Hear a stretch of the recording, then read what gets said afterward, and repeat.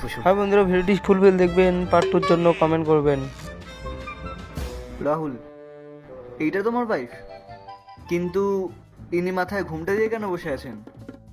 এখনকার দিনেও তুমি তোমার ওয়াইফকে এত চাপ দিয়েছো যে উনি মাথায় ঘোমটা দিয়ে বসে আছেন? না না স্যার, এরকম কোনো ব্যাপার না। এটা তোর সংস্কার, আমি কথা বলছি। বাবু, ঘুমটাটা ওঠাও।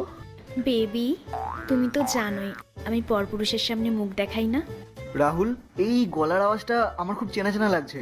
বৌদি, আপনি প্লিজ আপনার ঘোমটাটা একটু ওঠান। এই গলার আওয়াজটা আমি নিশ্চয়ই কোথাও শুনেছি। হ্যাঁ, ওঠাও না বাবু। টাকা দিচ্ছি না তোমাকে। ঘুমটাটা ওঠাও। তুমি তোমার 5,000 টাকা নিয়ে নাও, আমি ঘোমটা তুলতে পারবো না। টাকা ফেরত দিয়ে দেবো, এটা কেমন কথা? 500,000 টাকা বেশি নিয়ে নিও, কিন্তু ঘুমটাটা তোলো।